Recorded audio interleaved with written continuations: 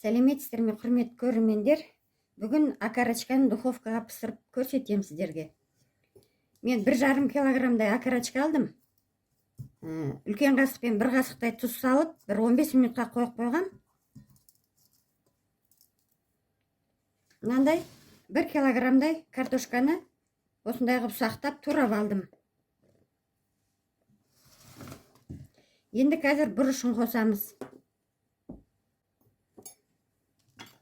Енді осы окорочкамыздың үстінде әркім қалауы бойынша енді бір жарты чай қасықпен жарты қасықтай қара бұрыш қостым. Чай қасықпен жарты қасықтай қызыл бұрыш.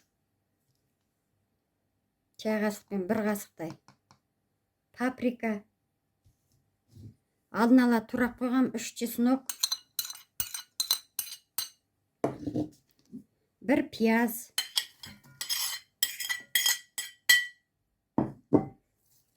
Мына 1 килограммда картошканы дайындап турап қойғам, осының бәрін салып, қазір араластырамыз. Енді мына ыдысы тарлау болады.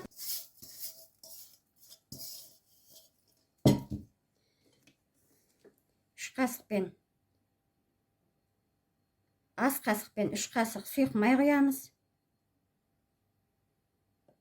Әркім қалауы бойынша 4-5 қасық құйсаңыздар да болады. Енді жақсылап араластырып аламыз.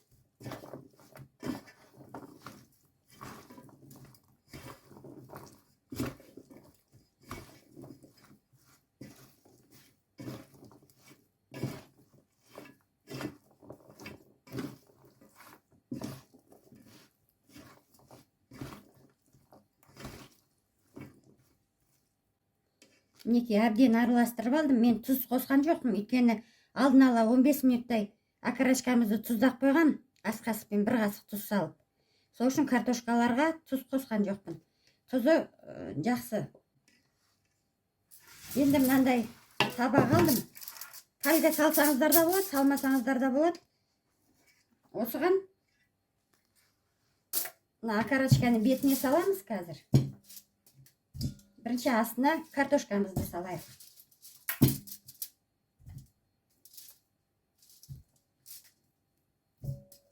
Қазір фольгамен жауып 40 минуттай пісіріп аламыз 200 градусқа. Одан кейін фольгасын алып, тағыла 20 минуттай пісіріп аламыз.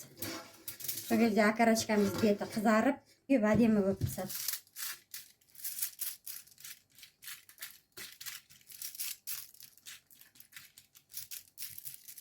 Осылай картошкамызды астына салып алдық. Енді окорочкамызды осылай бетіне саламыз.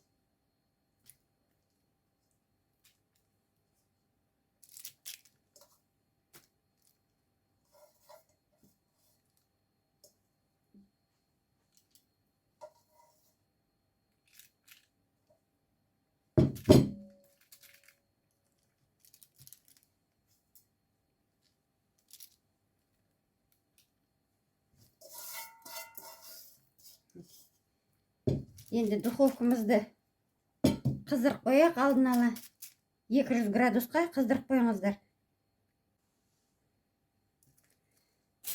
Енді бетіне фольгамызды жабайық.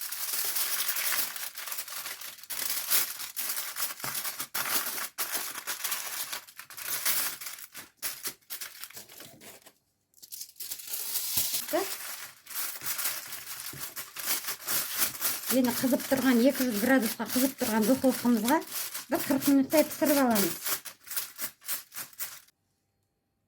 40 минут духовкада пісті. Енді фольгасын алып тастап, бір 20 минуттай пісіріп аламыз тағы да. Беті окорочканы қызарады. Енді 20 минутқа салып аламыз духовкаге. Тура 200 градус бағанағыдай. 200 градусқа 20 минутқа салып аламыз.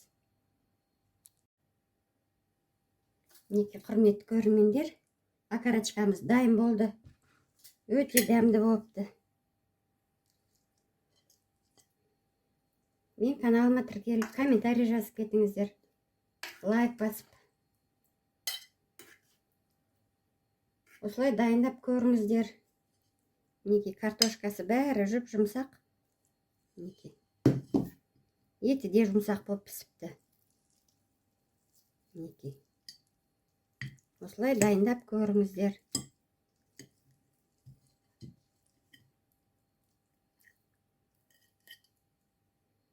Астарыңыз дәмді болсын.